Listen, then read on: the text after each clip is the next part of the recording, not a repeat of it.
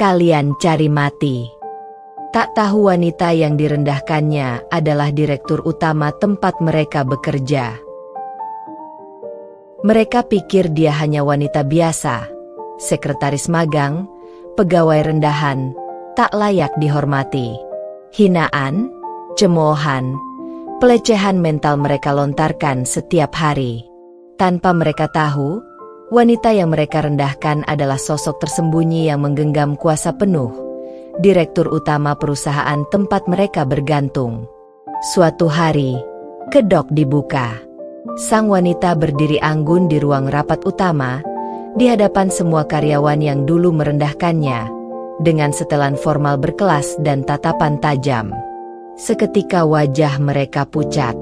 Jabatan mereka, karir mereka, hancur dalam sekejap. Dendam seorang wanita yang sabar akhirnya dibayar lunas. Balasannya bukan hanya pemecatan, tapi pelajaran hidup yang tak akan mereka lupakan selamanya. Ini bukan hanya kisah balas dendam. Ini kisah tentang harga diri, kekuatan perempuan, dan kebenaran yang akhirnya menang. Jangan lupa like, comment, dan subscribe channel ini biar kamu nggak ketinggalan kisah-kisah seru lainnya. Sebelum masuk ke ceritanya, jangan lupa absen dulu Bunda. Bunda semuanya dari daerah mana saja. Dan bagi yang sudah subscriber semoga rezekinya lancar. Namaku Zafira A. Safiera. Usia 32 tahun. Banyak orang hanya melihatku sebagai wanita muda berwajah teduh, bertubuh ramping, dan selalu mengenakan pakaian sederhana tanpa merek mencolok. Mereka tidak pernah benar-benar melihat lebih dalam dari balik senyum tenang yang selalu kuperlihatkan. Di kantor ini, aku dikenal hanya sebagai Zafira A, pegawai baru di divisi administrasi. Pekerjaanku tampak biasa-biasa saja, mengurus arsip, mengetik laporan, atau sekadar membuatkan kopi di ruang rapat. Tak jarang mereka meremehkanku, berkata aku tak punya ambisi, menyebutku terlalu pendiam dan tak berguna. Padahal, tak ada yang tahu siapa aku sebenarnya. Mereka tidak tahu kalau aku adalah pendiri sekaligus pemilik saham terbesar perusahaan raksasa ini, perusahaan yang setiap bulan menggaji ribuan karyawan, termasuk mereka yang merendahkanku. Semua ini kulakukan bukan tanpa alasan. Aku sengaja menyamar menjadi pegawai rendahan. Aku ingin melihat sendiri bagaimana budaya kerja di perusahaanku, bagaimana orang-orang memperlakukan sesama, siapa yang setia, siapa yang bertopeng manis, dan siapa yang haus kuasa. Selama 3 bulan terakhir, aku mencatat semuanya. Wajah-wajah yang menampakkan senyum palsu di depan atasan tapi menjatuhkan rekan kerja di belakang. Termasuk mereka, sekumpulan karyawan yang merasa paling berkuasa, yang seenaknya bicara kasar dan mempermainkanku. Hari itu aku duduk di sudut ruang pantry, mendengarkan mereka menertawakanku lagi. Si Zafira itu nggak bakal naik jabatan, mukanya saja polos begitu. Pegawai kelas rendahan kayak dia MAH cuma buat disuruh-suruh, ucap salah satu dari mereka, sambil tertawa sinis. Aku hanya tersenyum. Mereka benar. Aku polos di mata mereka. Tapi mereka lupa satu hal. Aku yang menandatangani gaji mereka setiap bulan. Dan waktunya sudah dekat. Waktu kebenaran terungkap. Namaku Zafira A. Safiera. Aku bukan wanita biasa. Aku adalah direktur utama kalian.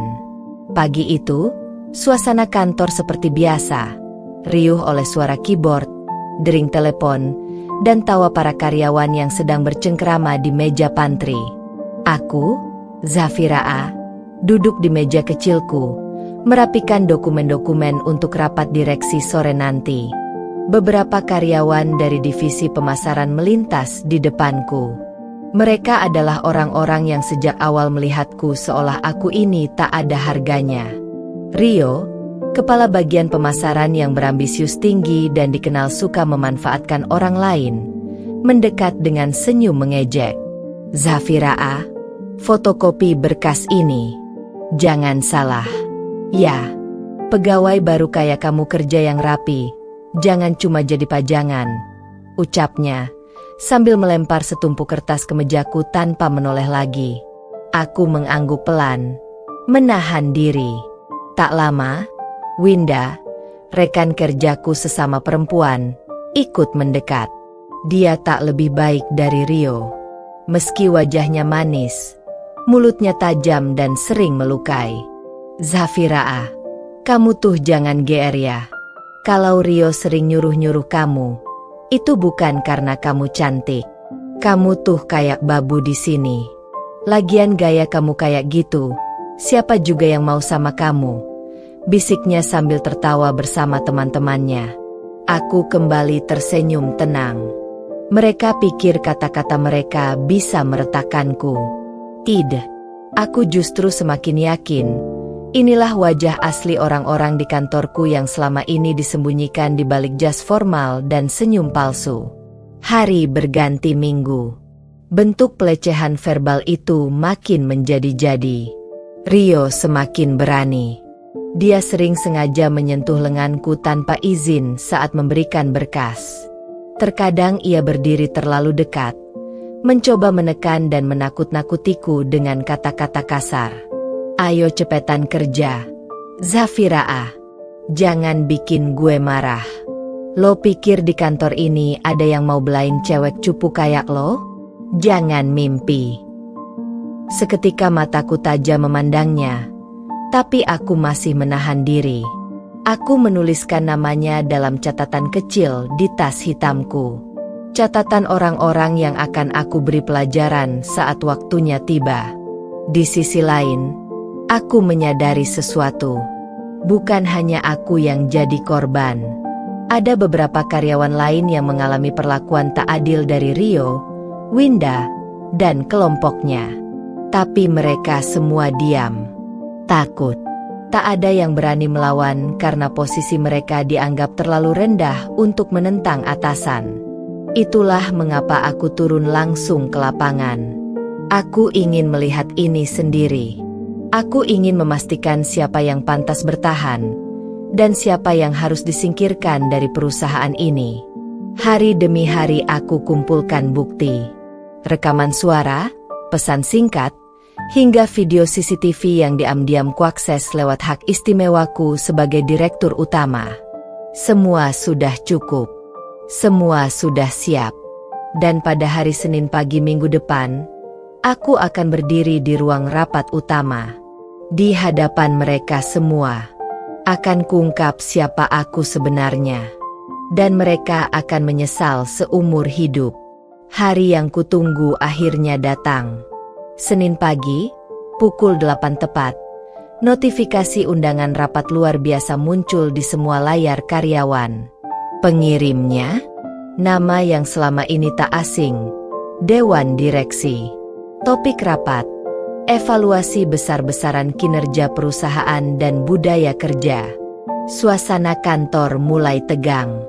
Semua karyawan dari level staff hingga manajer diminta berkumpul di ruang rapat utama lantai 15. Termasuk Rio, Winda, dan kelompoknya. Aku melihat mereka berjalan beriringan dengan langkah tergesa. Wajah penuh tanda tanya. Aku mengenakan setelan jas hitam elegan pagi itu. Rambutku diikat rapi, riasan wajahku tegas dan berwibawa, sangat berbeda dari penampilan sederhanaku selama ini. Semua catatan, bukti rekaman, dan dokumen penting sudah kusiapkan dalam map kulit hitam yang kubawa. Di ruang rapat, lebih dari 100 orang sudah duduk rapi. Pembicaraan pelan terdengar di segala penjuru ruangan. Spekulasi bermunculan. Beberapa dari mereka mulai melirik ke arahku, tampak kebingungan. Winda yang duduk di pojok bahkan berbisik pelan. Itu si Zafira. Kenapa dandanan dia kayak bos besar? Aku berjalan pelan ke depan ruangan, berdiri di belakang podium utama. Semua mata kini tertuju padaku. Seketika ruangan sunyi. Tak ada yang berani berbisik lagi. Aku menyalakan mikrofon. Suaraku tenang, namun penuh kekuatan. Selamat pagi semuanya. Izinkan saya memperkenalkan diri dengan sebenar-benarnya. Nama saya Zafira Safiera, Direktur Utama sekaligus pemilik saham terbesar di perusahaan ini. Suara bisik-bisik langsung pecah di seluruh ruangan. Rio yang duduk di barisan tengah menegang. Winda menutup mulutnya dengan kedua tangan. Wajahnya pucat pasi. Aku melanjutkan, tanpa terganggu oleh reaksi mereka. Selama 3 bulan terakhir, saya sengaja menyamar menjadi pegawai administrasi biasa. Saya ingin menyaksikan sendiri bagaimana budaya kerja di perusahaan yang saya bangun selama bertahun-tahun. Apa yang saya temukan? Aku mengambil remote dan menyalakan layar proyektor. Di layar, muncul rekaman-rekaman suara dan video yang sangat jelas. Suara Rio memaki karyawan lain, video Winda menjelek-jelekan rekan kerja, hingga percakapan mereka yang meremehkanku. Semuanya terpampang tanpa sensor.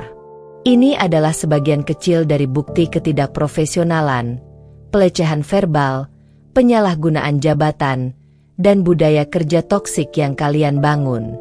Bukan hanya saya yang jadi korban, tapi banyak karyawan lain yang kalian injak-injak. Ucapku tegas.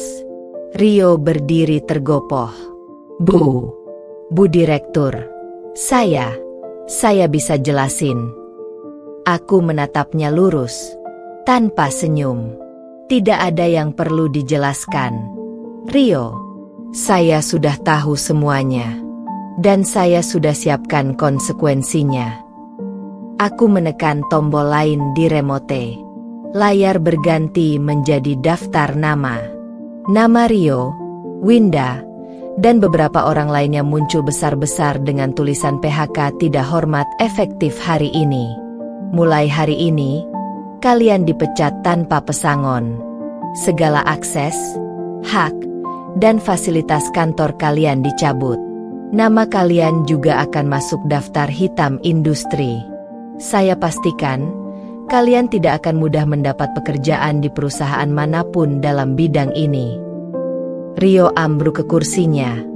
Wajahnya kosong. Winda menangis terisak. Aku tetap berdiri tegar. Suaraku masih lantang.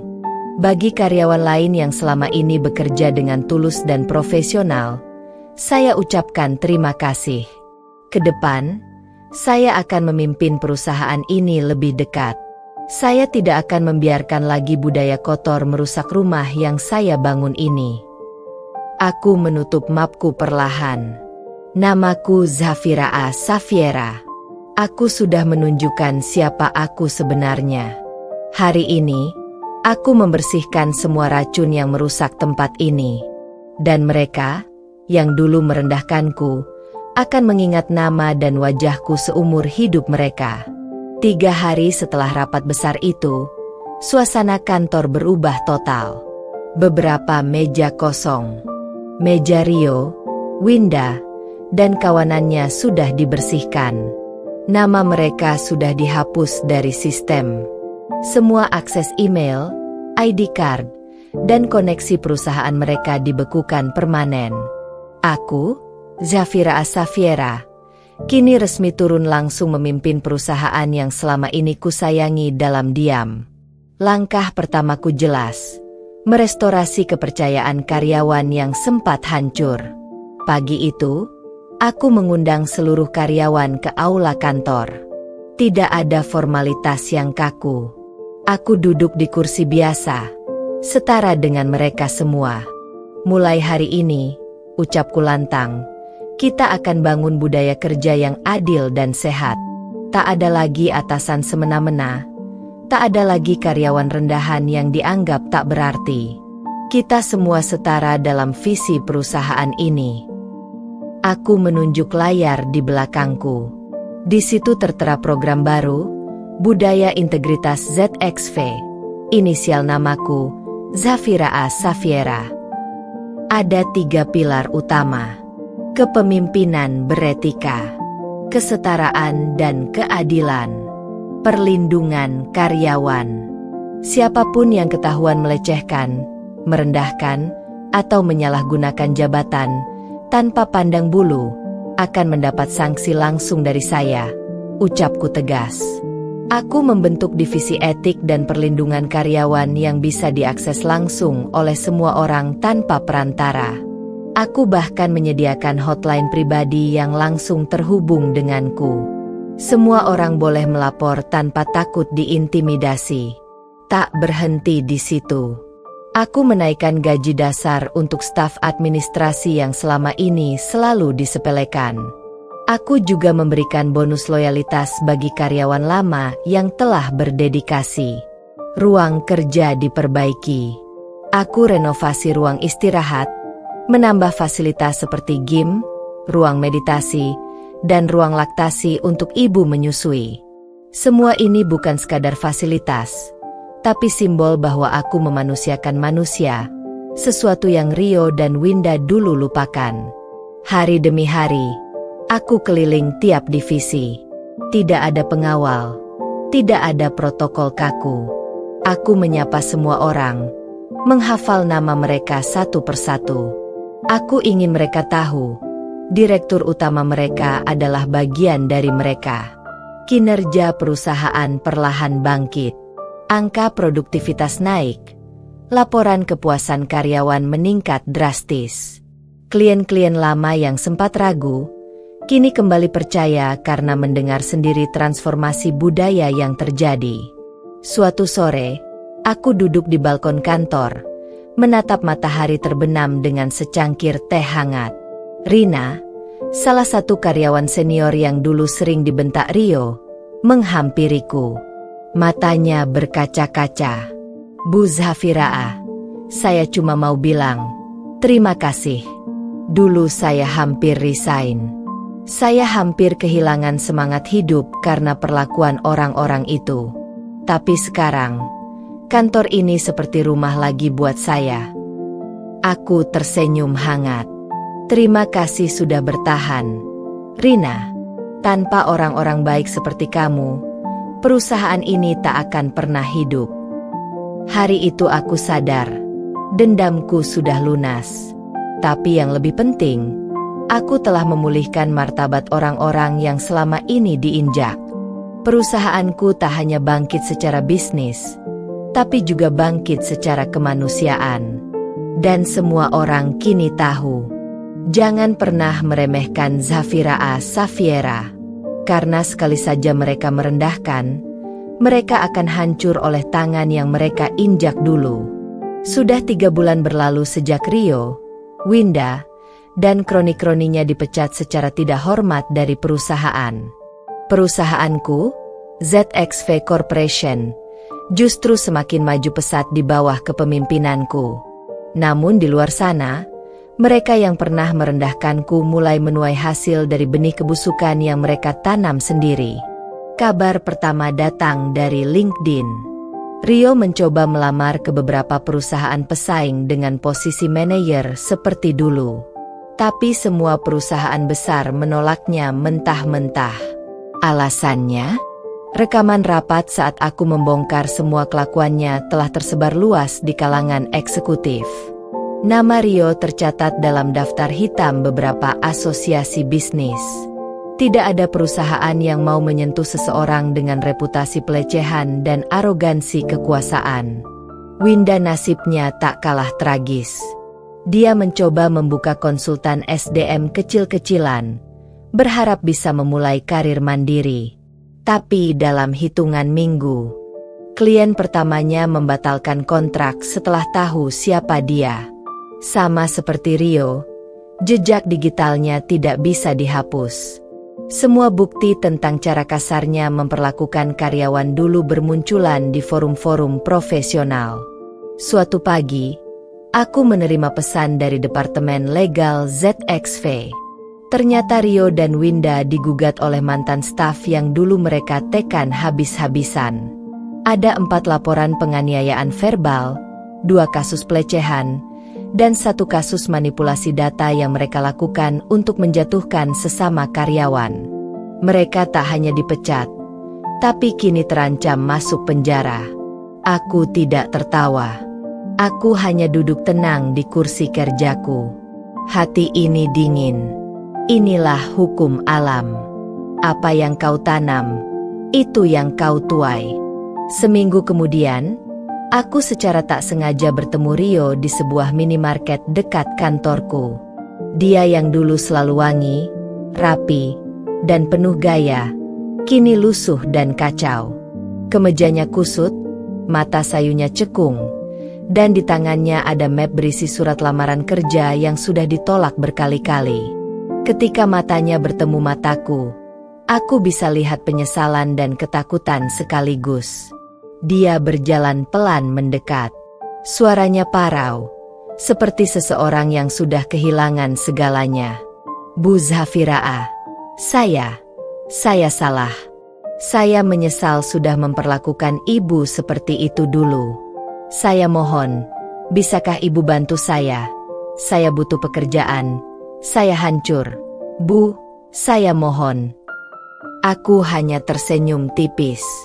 Dengan tenang, aku ambil kartu nama divisi rekrutmen ZXV, lalu kuberikan padanya. Tentu Rio, silakan kirim lamaran ke alamat ini, tapi jangan lupa lampirkan surat keterangan bebas kasus hukum. Ya, tanpa itu, saya tidak bisa proses apapun. Aku tahu persis, dia tak akan pernah bisa mendapatkannya. Tanpa berkata apa-apa lagi, aku melangkah pergi. Suara langkahku mantap, sementara Rio tertinggal dalam diam dan kehancuran.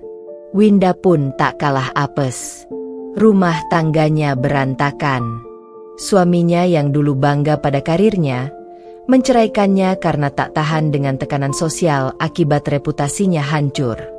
Aku mendengar kabar dari Rina, salah satu staf lamaku, bahwa Winda kini berjualan kosmetik online, tapi nyaris tak ada yang percaya dengan produknya. Semua orang ingat siapa dia dulu, wanita arogan yang tak segan menghina dan merendahkan rekan kerjanya. Aku tidak perlu membalas dendam dengan tanganku sendiri. Semesta sudah bekerja dengan caranya. Di kantorku, suasana makin harmonis.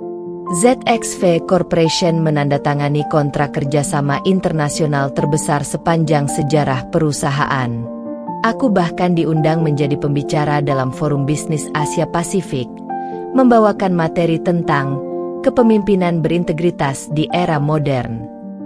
Saat aku berdiri di panggung megah itu, dengan ribuan audiens dari seluruh dunia, aku hanya tersenyum dalam hati. Semua yang dulu merendahkanku, kini jauh tertinggal di belakang. Dan aku, Zafira Safiera, perempuan yang dulu mereka anggap remeh, kini berdiri di puncak tertinggi. Panggung Forum Bisnis Asia Pasifik menjadi titik balik yang mengubah segalanya.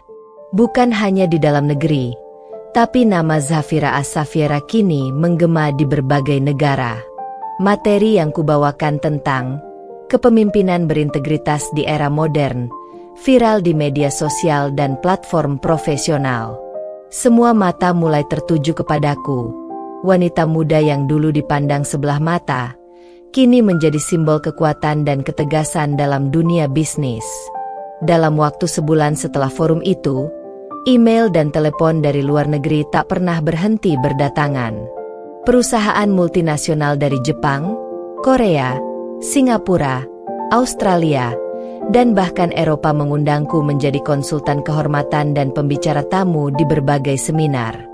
ZXV Corporation, perusahaan yang kupimpin, berkembang pesat. Aku berhasil membuka cabang baru di Tokyo dan Singapura. Suatu siang, aku duduk di ruang kerjaku di lantai 42. Jendela kaca besar menyajikan pemandangan kota yang megah. Meja kayu mahoni berkilau, dan di atasnya tergeletak undangan bergengsi. Majalah Forbes Asia menominasikanku sebagai salah satu dari 10 wanita paling berpengaruh di Asia tahun ini. Tanganku bergetar ringan saat membolak-balik undangan itu. Dulu aku hanya sekretaris yang dihina dan direndahkan. Kini aku berdiri sejajar dengan para taipan dan CEO kelas dunia. Tak hanya itu, aku juga diminta menjadi mentor dalam program Women Empowerment International, sebuah gerakan global untuk memberdayakan wanita muda dalam bisnis dan kepemimpinan. Nama Zafira Asafiera bukan hanya identik dengan kesuksesan, tetapi juga dengan keteladanan. Di kantor, suasana semakin hangat dan harmonis. Para staf mencintaiku bukan karena takut, tapi karena respek dan kagum. Aku selalu menyempatkan waktu untuk berbincang dengan karyawan baru, bertanya tentang keluarganya, bahkan memberikan bonus tambahan untuk mereka yang menunjukkan dedikasi tinggi. Sampai suatu hari, aku menerima surat dari Kementerian Perindustrian dan Perdagangan. Aku diminta hadir dalam sidang Dewan Penasihat Ekonomi Nasional, mewakili generasi muda pengusaha perempuan Indonesia. Tak pernah terbayang sebelumnya aku akan duduk di meja yang sama dengan para menteri dan tokoh-tokoh besar negeri ini. Dalam perjalanan menuju gedung kementerian, aku teringat masa lalu. Rio yang sombong, Winda yang angkuh, dan semua orang yang dulu menganggap aku tak ada apa-apanya. Mereka kini hanya bayang-bayang yang tertinggal jauh di belakang. Di ruang sidang megah itu, aku berbicara tegas tentang pentingnya etika bisnis, kesejahteraan karyawan, dan kepemimpinan berintegritas. Pidatoku mendapat tepuk tangan meriah, dan media nasional memberitakannya besar-besaran. Headline esok harinya: Zafira Asafiera, Direktur Utama ZXV Corporation, sosok inspirasi pengusaha muda Indonesia. Tak ada lagi yang bisa meragukan siapa aku. Aku adalah Zafira Asafiera, wanita yang dulu direndahkan, kini menjadi ikon kekuatan, keberanian, dan kebijaksanaan. Dan aku tahu, ini baru permulaan. Puncak yang lebih tinggi menantiku. Dan aku siap untuk itu. Setelah segala pencapaian yang kuraih, aku pikir hidupku sudah lengkap. Karir gemilang, nama harum, kekayaan melimpah. Namun, saat duduk sendirian di balkon apartemen penthouseku yang mewah, memandang gemerlap kota Jakarta di malam hari, aku sadar, ada satu ruang dalam hidupku yang masih kosong. Hati. Selama ini aku terlalu sibuk membuktikan diri, sampai aku lupa bahwa aku juga berhak bahagia secara pribadi. Aku berhak mencintai dan dicintai, bukan karena jabatan, bukan karena kekuasaan, tapi karena aku adalah aku, Zafira Asafiera. Perkenalan itu datang tak terduga. Namanya Arvino Mahendra, seorang konsultan hukum internasional, yang kebetulan menjadi penasihat hukum dalam proyek ekspansi ZXV Corporation di Singapura. Pertama kali bertemu, dia tidak tahu siapa aku sebenarnya. Saat itu aku mengenakan blus putih sederhana, tanpa blazer direkturku, tanpa dandanan mencolok. Kami bertemu di Bandara Changi. Ketika koperku jatuh dan ia membantu memungutnya. Tatapannya jernih, senyumnya hangat. Dan yang paling mengejutkan, dia memperlakukanku bukan sebagai direktur besar, tapi sebagai wanita biasa. Hari-hari setelah itu, diskusi kerja berubah menjadi obrolan ringan. Tentang kopi favorit, film yang kami tonton, bahkan tentang mimpi masa kecil. Arvino membuatku tertawa, sesuatu yang sudah lama kulupakan sejak aku menduduki kursi direktur.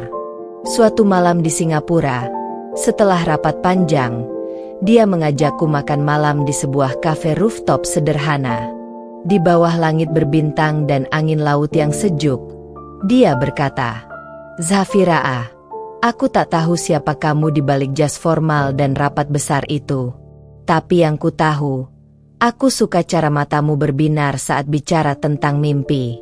Aku ingin mengenal wanita di balik semua gelar dan prestasi itu, kalau kamu berkenan." Aku terdiam. Bukan karena terkejut, tapi karena hatiku yang lama tertutup, kini perlahan terbuka. Dia tidak takut pada posisiku. Dia tidak tertarik pada hartaku. Dia tertarik padaku, Zafira A, sebagai manusia, bukan sebagai direktur utama. Hubungan kami berjalan perlahan namun pasti. Kami saling menghormati ruang masing-masing. Dia paham kesibukanku. Aku menghargai kemandiriannya. Tak ada drama. Tak ada permainan. Hanya kedewasaan, ketulusan, dan rasa saling percaya. Beberapa bulan kemudian, dalam acara makan malam keluarga besarku, Arvino datang membawa sebuah kotak beludru biru. Di depan keluargaku, para direksi ZXV Corporation, dan sahabat-sahabatku, dia berlutut. Zafira A. Safiera, aku tahu kamu bisa berdiri sendiri. Kamu kuat. Kamu hebat. Tapi izinkan aku berdiri di sampingmu, bukan untuk mengekangmu, tapi untuk mendampingimu menjalani hidup. Will you marry me? Tangisku pecah. Bukan karena lamaran mewahnya, tapi karena akhirnya aku menemukan seseorang yang mencintaiku apa adanya. Aku mengangguk. Tepuk tangan dan sorak-sorai memenuhi ruangan. Rio, Winda, dan semua yang dulu merendahkanku hanya bisa menonton dari jauh.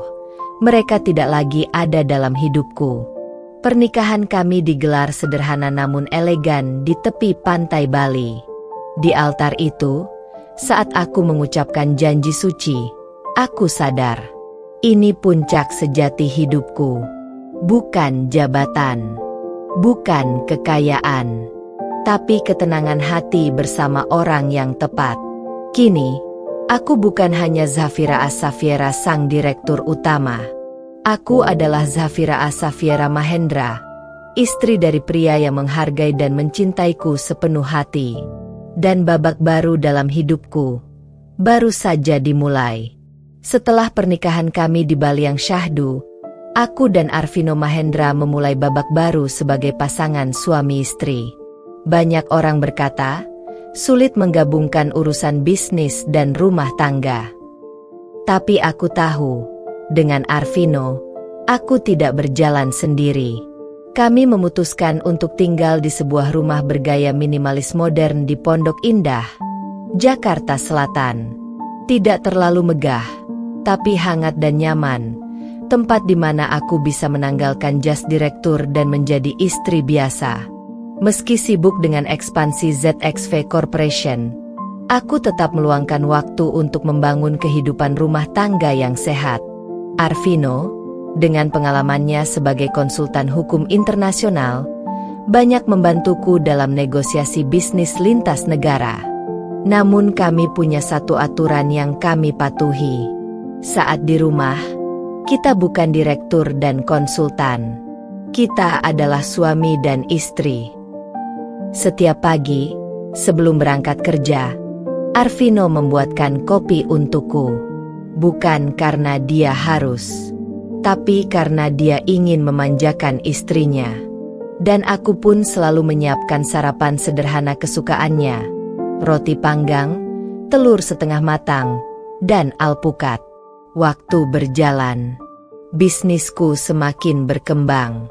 ZXV Corporation akhirnya membuka cabang baru di Tokyo dan New York, dan aku didaulat menjadi CEO wanita termuda di Asia Tenggara oleh majalah bisnis ternama.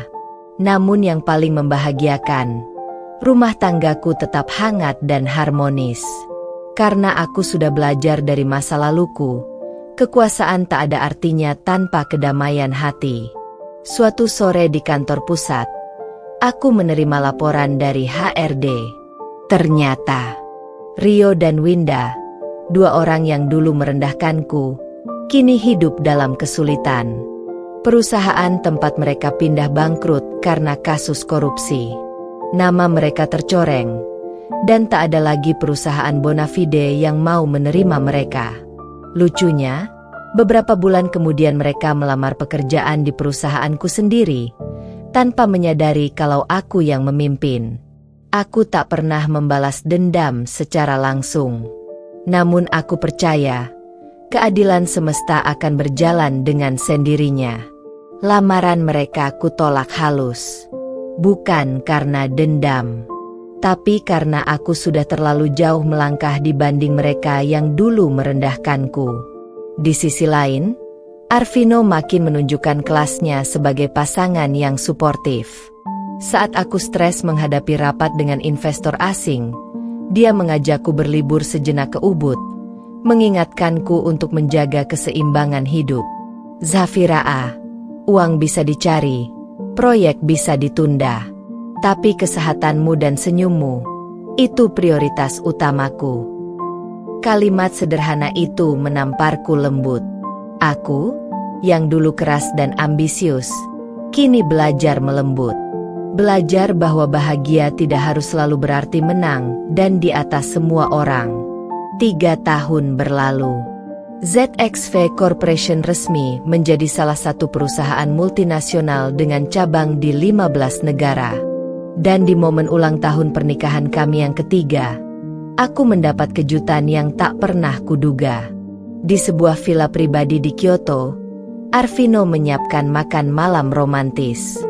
Saat lilin-lilin kecil menyala dan angin musim semi berhembus lembut, dia menggenggam tanganku dan membisikkan sesuatu. Selamat ulang tahun pernikahan, Zafira. Aku dan calon bayi kita sangat bangga padamu. Aku terdiam, air mataku menetes. Akhirnya, aku akan menjadi seorang ibu. Sebuah anugerah yang melengkapi segala perjuanganku selama ini. Di titik itu aku sadar, balas dendam terbaik dalam hidup ini bukan membuat orang lain menderita, tapi membuktikan bahwa aku bisa bahagia, sukses, dan dicintai, meskipun dulu direndahkan habis-habisan. Kehamilan pertamaku menjadi momen yang mengubah hidupku. Selama bertahun-tahun aku terbiasa memimpin rapat besar, menandatangani kontrak miliaran rupiah, dan membangun kerajaan bisnis yang luas. Kini, dalam perutku, ada satu jiwa kecil yang akan menjadi warisanku yang paling berharga. Sejak dinyatakan hamil, Arvino semakin melindungiku. Dia mengurangi jam kerjanya, lebih sering menemaniku kontrol ke dokter kandungan, dan bahkan diam-diam menggandeng konsultan bisnis untuk membantuku mendelegasikan sebagian besar pekerjaan. Zafira, untuk pertama kalinya dalam hidupmu, izinkan aku menjadi pilar yang menopangmu. Kalimat itu membuat dadaku hangat. Selama ini aku yang selalu berdiri paling depan. Sekarang, aku belajar mempercayakan sebagian kendali pada orang lain. 3 bulan pertama kehamilan penuh dengan ujian. Mual di pagi hari. Lelah yang tak biasa, dan fluktuasi emosi yang naik turun. Namun setiap kali aku melihat senyum Arvino, setiap kali dia meletakkan tangannya di perutku dan berbisik, "Selamat pagi, Nak. Ayah dan ibu menunggumu." Semua rasa sakit itu terbayar lunas. Di kantor, aku mulai melatih wakil direksi baru untuk membantuku menjalankan operasional harian. Aku tak mau ZXV Corporation goyah hanya karena aku cuti melahirkan. Ternyata, tim yang dulu pernah merendahkanku, yang kini sudah digantikan oleh orang-orang setia dan berintegritas, mendukung penuh keputusan ini. Bu Zafira, sekarang saatnya ibu menikmati masa kehamilan tanpa beban.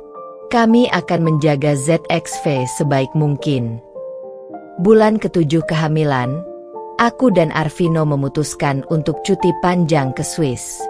Udara segar pegunungan Alpen dan danau-danau biru jernih menenangkan pikiranku. Setiap pagi, kami berjalan-jalan di tepi danau, berbicara tentang masa depan. Aku ingin anak kita kelak belajar bahwa wanita bisa menjadi pemimpin tanpa kehilangan kelembutannya, ucapku. Arvino tersenyum, dan aku akan memastikan dia tahu ibunya adalah contoh terbaik dari itu. Akhirnya, tibalah hari yang ditunggu. Di sebuah rumah sakit swasta di Jakarta, Aku melahirkan seorang bayi perempuan. Tangisannya memecah ruangan bersalin, tapi yang pecah lebih dulu adalah air mataku. Selamat datang, Nak. Ini Ibu. Kami menamainya Azalea Mahendra, yang berarti bunga yang kuat dan indah. Melihat wajah kecilnya, aku tersadar. Semua luka, hinaan, dan keraguan orang di masa lalu tak lagi penting. Yang penting, aku kini memiliki keluarga yang hangat dan lengkap. Sebulan setelah melahirkan, aku pelan-pelan kembali ke dunia bisnis. Namun kali ini dengan perspektif baru. Aku menerapkan program kerja ramah ibu di ZXV Corporation. Cuti melahirkan yang lebih panjang, fasilitas daycare, dan jam kerja fleksibel bagi karyawan wanita. Aku ingin perempuan di perusahaanku tak perlu memilih antara karir dan keluarga, seperti yang dulu kupikir harus kulakukan. 3 tahun berlalu. Azalea tumbuh menjadi gadis kecil yang ceria dan cerdas. Arvino tetap menjadi suami sekaligus ayah yang penuh kasih. ZXV Corporation melesat makin tinggi, namun aku tak lagi haus akan kekuasaan. Aku hanya ingin menjadi inspirasi untuk perempuan manapun yang pernah direndahkan seperti aku dulu. Suatu hari, saat acara wisuda karyawan wanita berprestasi, aku berdiri di podium utama, menatap wajah-wajah penuh harapan. Nama saya Zafira. Saya pernah diremehkan karena saya wanita. Tapi hari ini, saya buktikan, kita bisa memimpin, kita bisa bahagia, kita bisa dicintai, tanpa harus mengorbankan siapapun. Tepuk tangan bergemuruh. Di sudut ruangan, Arvino menggendong Azalea yang tersenyum manis sambil melambaikan tangan padaku. Di hati kecilku aku berbisik, inilah balas dendam paling manis. Hidup bahagia, tanpa beban dendam lagi. Setelah 10 tahun mengarungi kehidupan yang penuh tantangan dan keberhasilan, aku menyadari satu hal yang sangat berharga. Warisan yang paling berharga bukanlah harta atau gelar, tetapi nilai-nilai dan pengaruh yang kita tinggalkan dalam hidup orang lain, terutama keluarga kita.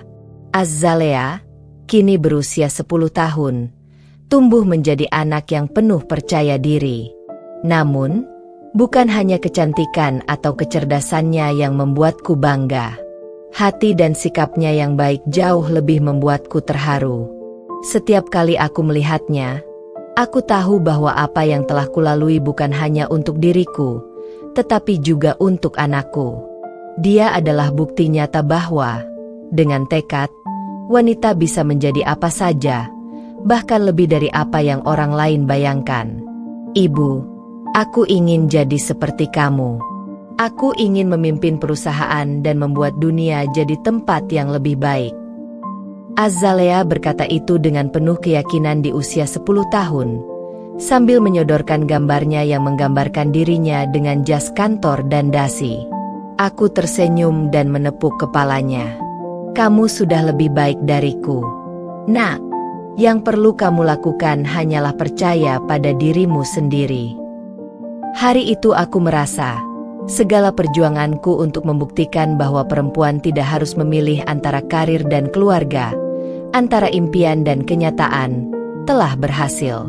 Aku tidak hanya meninggalkan sebuah perusahaan besar, tetapi juga sebuah warisan untuk anakku yang akan terus menyalakan semangatnya untuk mencapai apapun yang dia inginkan. Namun, perjalanan ini tidak selalu mulus. Ada banyak momen ketika aku merasa ragu, apakah aku sudah melakukan yang terbaik untuk menjadi ibu yang baik dan pemimpin yang adil. Kadang, kesibukan kantor dan tuntutan pekerjaan membuatku merasa bersalah karena tidak selalu ada untuk Azalea. Tapi, Arvino selalu ada untuk mengingatkanku. Kamu sudah memberi yang terbaik, Zafira. Azalea melihatmu sebagai panutan, dan itu sudah cukup. Hari itu, Azalea tampil di panggung sekolah, mengumumkan bahwa dia ingin mendirikan organisasi untuk memberdayakan perempuan muda. Aku tidak pernah mengira bahwa anakku, yang dulu hanya mengikuti langkahku, kini menjadi inspirasi bagi teman-temannya. Mataku berkaca-kaca melihatnya berdiri dengan tegas, mengungkapkan impian dan visinya untuk masa depan. Dia bukan hanya putriku. Dia adalah warisanku yang paling berharga. 1 tahun setelah itu, ZXV Corporation kembali mencetak prestasi gemilang. Aku memutuskan untuk melangkah ke babak baru, mendukung perempuan-perempuan muda yang berambisi dan membuka lebih banyak peluang bagi mereka untuk berkembang. Aku menegaskan bahwa ZXV bukan hanya perusahaan besar, tetapi sebuah komunitas yang memberi ruang untuk tumbuh bagi siapa saja, terutama perempuan. Pada ulang tahunku yang ke-45, Arvino dan Azalea memberiku kejutan luar biasa. Sebuah perayaan intim di rumah, di mana teman-teman dan kolega terdekat berkumpul. Namun yang paling menggugah hati adalah sebuah video rekaman dari Azalea yang menunjukkan perjalanan hidupku. Video itu berisi momen-momen penting. Aku memimpin rapat penting, aku menyelesaikan negosiasi besar, dan tentunya, momen-momen kecil saat aku meluangkan waktu dengan Azalea. Di akhir video, Azalea berkata, "Ibu, kamu bukan hanya pemimpin di perusahaan, tapi juga pemimpin dalam hidup kami. Aku bangga menjadi anakmu." Aku tidak bisa menahan air mataku. Warisan yang ingin kutinggalkan bukan hanya berupa kekayaan, tetapi nilai-nilai yang akan hidup dalam hati Azalea dan generasi yang lebih muda. Aku ingin dunia melihat bahwa perempuan bisa menjadi apa saja, termasuk menjadi seorang ibu yang hebat dan pemimpin yang adil. Pada malam itu, setelah semua tamu pulang, aku duduk bersama Arvino.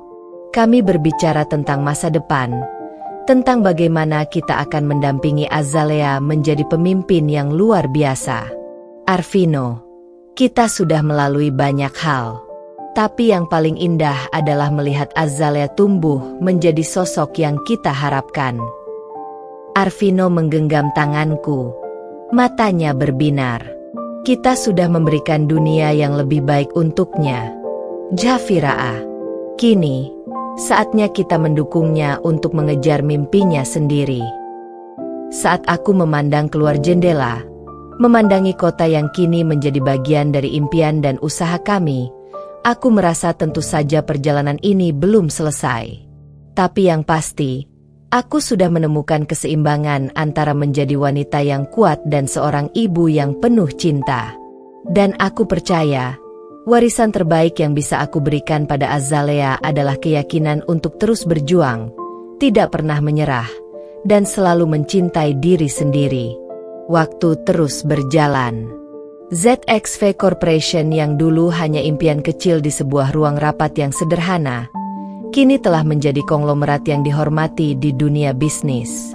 Namun, meski segalanya tampak sempurna, aku tahu bahwa di balik kesuksesan, ada tantangan baru yang menunggu di setiap langkah. Di usia yang semakin matang, aku mulai menyadari sesuatu. Aku terlalu nyaman dalam rutinitas yang sudah ada. Keluarga, pekerjaan, dan hidup yang harmonis seringkali membuatku lupa bahwa hidup ini penuh dengan perubahan dan inovasi. Suatu malam, setelah rapat besar dengan klien internasional, aku duduk sendiri di ruang kerjaku yang sunyi. Lampu-lampu kota Jakarta menyinari malam yang gelap, memberi kilau harapan di tengah kota yang terus berkembang. Di meja kerjaku, ada proposal besar yang harus kutandatangani. Tapi di antara tumpukan dokumen itu, ada satu pertanyaan besar yang menggantung di pikiranku. Apakah aku masih bisa terus berkembang? Atau apakah aku telah mencapai titik akhir dari perjalanan ini? Tahun-tahun lalu, aku mengorbankan banyak hal. Waktu untuk diri sendiri, untuk teman, bahkan kadang-kadang untuk Arvino dan Azalea. Namun aku juga tahu bahwa aku tidak bisa terus bergantung pada kesuksesan yang sudah ada. Aku ingin lebih. Aku ingin mencapai batas yang lebih tinggi, Meski itu berarti harus keluar dari zona nyaman yang sudah kubangun. Pagi setelahnya, aku memutuskan untuk melakukan sesuatu yang baru. Aku mengundang beberapa mentor dan kolega terdekat untuk berbicara tentang arah baru yang ingin kutuju. Di antara mereka, ada Nadia, sahabat lama yang juga seorang CEO sukses, dan Rina, seorang pemikir brilian yang kuajak bergabung untuk menjadi bagian dari tim eksekutif. Zafira, kita sudah membangun ZXV Corporation dengan kokoh, tetapi dunia terus berubah. Kita harus beradaptasi dengan cepat atau kita akan tertinggal, kata Nadia dengan tegas. Aku memandang mereka semua, merasa ketegangan di dadaku mulai berkurang. Aku ingin ZXV Corporation lebih dari sekadar perusahaan besar. Aku ingin kita menjadi pionir dalam teknologi yang berkelanjutan, memberikan dampak positif bagi masyarakat dan lingkungan. Kita harus mengembangkan program sosial dan teknologi ramah lingkungan yang akan membuat dunia lebih baik. Ucapku, percaya diri. Mereka semua terdiam sejenak, lalu anggukan kepala mereka mengarah pada persetujuan. Kita akan memulai dari sini. Kita akan merancang ulang visi kita untuk masa depan, kata Rina dengan semangat yang menular. Keesokan harinya, aku mengadakan konferensi pers untuk mengumumkan arah baru ZXV Corporation. Aku berbicara tentang keberlanjutan, teknologi hijau, dan program sosial yang akan diluncurkan di seluruh dunia. Dan saat itu, aku merasa, ini adalah babak baru yang lebih menantang dalam hidupku. Namun, tidak semua orang setuju dengan visi baru ini. Beberapa pemegang saham lama mulai mempertanyakan keputusan untuk beralih ke teknologi ramah lingkungan yang dianggap belum menguntungkan dalam jangka pendek. Ada yang mulai menyarankan untuk berfokus pada keuntungan cepat daripada kesuksesan jangka panjang yang lebih berkelanjutan. Hari-hari penuh tekanan pun datang. Aku harus menghadapi rapat yang menegangkan, negosiasi yang memanas, dan kritik dari mereka yang masih terjebak dalam cara lama. Namun, aku tahu bahwa visi besar ini bukan hanya untuk ZXV, tetapi untuk dunia yang lebih baik. Suatu malam, aku pulang terlambat dan duduk di ruang keluarga. Arvino dan Azalea sudah tidur, dan aku hanya ingin menikmati beberapa menit ketenangan. Tapi saat aku melihat foto keluarga di dinding, aku teringat kata-kata Azalea saat ulang tahunku yang ke-45. Ibu, kamu bukan hanya pemimpin di perusahaan, tapi juga pemimpin dalam hidup kami. Air mata menggenang di mataku, dan aku tahu bahwa aku tidak bisa berhenti sekarang. Bukan hanya untuk diriku sendiri, tetapi juga untuk Azalea yang akan mewarisi dunia yang lebih baik. Aku akan memastikan bahwa perusahaan ini, yang telah kulewatkan begitu banyak waktu untuk membangunnya, akan tetap menjadi tempat yang memberikan kebermanfaatan bagi banyak orang. Beberapa bulan kemudian, ZXV Corporation berhasil meluncurkan program teknologi hijau pertama yang berdampak besar. Aku menjadi pembicara di berbagai konferensi internasional, berbicara tentang pentingnya beradaptasi dengan perubahan zaman dan bagaimana perusahaan-perusahaan besar harus mengambil tanggung jawab sosial yang lebih besar. Aku bahkan menginisiasi kemitraan strategis dengan organisasi non-profit untuk mendukung pertanian berkelanjutan di beberapa negara berkembang. Namun, meski semua pencapaian ini terasa manis, aku tetap tahu bahwa perjuangan tidak pernah berakhir. Ada banyak langkah yang harus kuambil. Ada banyak tantangan yang menunggu, dan aku harus siap menghadapi semuanya. Hari itu, saat aku kembali ke rumah setelah sukses besar meluncurkan program baru kami, Azalea berlari ke arahku. Ibu, aku ingin belajar lebih banyak tentang dunia yang kamu bangun. Aku ingin ikut membantu. Dan aku tersenyum. Azalea, dunia ini memang penuh tantangan, tapi aku akan selalu ada untuk mendukungmu. Kau bisa menjadi apapun yang kau inginkan, lebih dari yang ibu pernah capai. Di mataku, Azalea adalah bukti bahwa setiap perjuangan, setiap keputusan sulit yang telah kulalui, tidak sia-sia. Dia adalah warisan terbaik yang bisa kuberikan kepada dunia ini. Kebahagiaan yang kurasakan tidak berlangsung lama. Kepopuleran ZXV Corporation yang semakin menanjak membawa tantangan baru. Dan kali ini, itu bukan sekadar tantangan dari pasar atau pesaing. Ada ancaman yang jauh lebih besar yang datang dari dalam. Aku mulai mendengar bisikan tentang ketidakpuasan dari beberapa orang penting dalam perusahaanku. Ada yang merasa bahwa arah baru yang kuambil terlalu berisiko, dan ada pula yang khawatir dengan kebijakan yang lebih berfokus pada sosial daripada keuntungan finansial. Namun, apa yang lebih mengkhawatirkan adalah adanya kelompok di dalam internal yang mulai meragukan kepemimpinanku. Hari-hari terasa semakin berat. Aku tidak hanya menghadapi krisis keuangan yang mengancam perusahaan, tetapi juga krisis internal yang membuatku merasa terasing.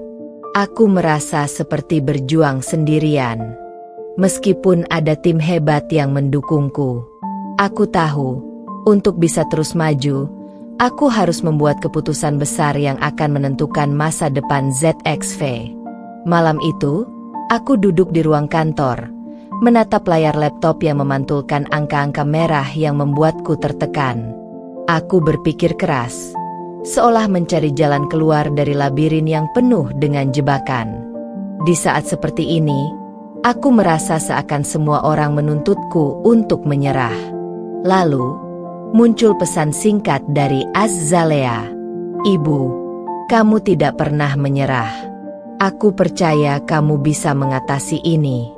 Jangan takut untuk melangkah lebih jauh." Air mata yang kutahan selama ini pun akhirnya jatuh. Kata-kata sederhana itu mengingatkanku pada alasan mengapa aku berjuang sejauh ini. Aku bukan hanya berjuang untuk diri sendiri, tetapi juga untuk Azalea dan masa depan yang lebih baik. Keesokan harinya, aku memanggil semua eksekutif senior dalam rapat darurat. Aku berbicara dengan hati-hati, namun penuh keyakinan. Saya tahu banyak dari kalian yang merasa cemas dengan keputusan-keputusan yang telah saya buat. Tapi saya ingin kalian tahu bahwa saya tidak akan pernah berkompromi dengan prinsip. ZXV bukan hanya perusahaan, tetapi juga bagian dari perubahan yang lebih besar. Dan jika kalian tidak percaya pada visi ini, maka saatnya untuk mencari jalan masing-masing.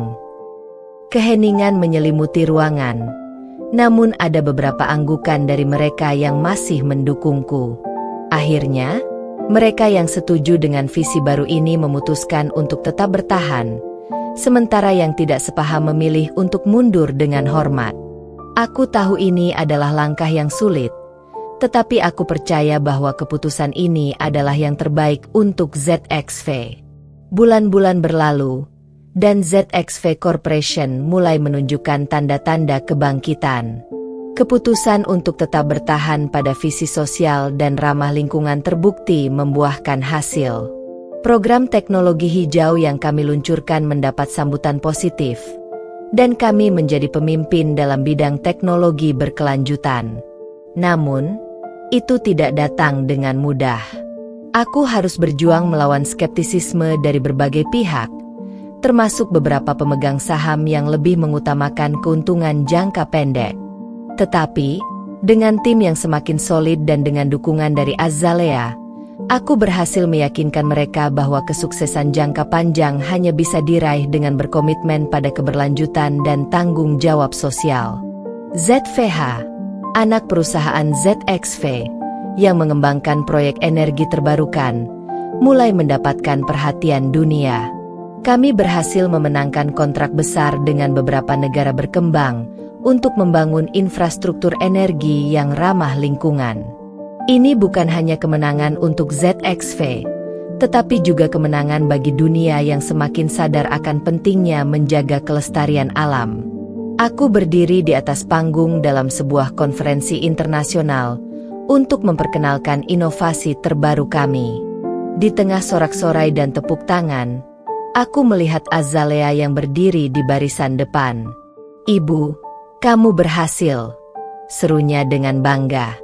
Kemenangan itu terasa manis, bukan hanya untuk ZXV, tetapi juga untuk setiap orang yang telah mempercayai aku, bahkan ketika dunia meragukan arah yang kuambil.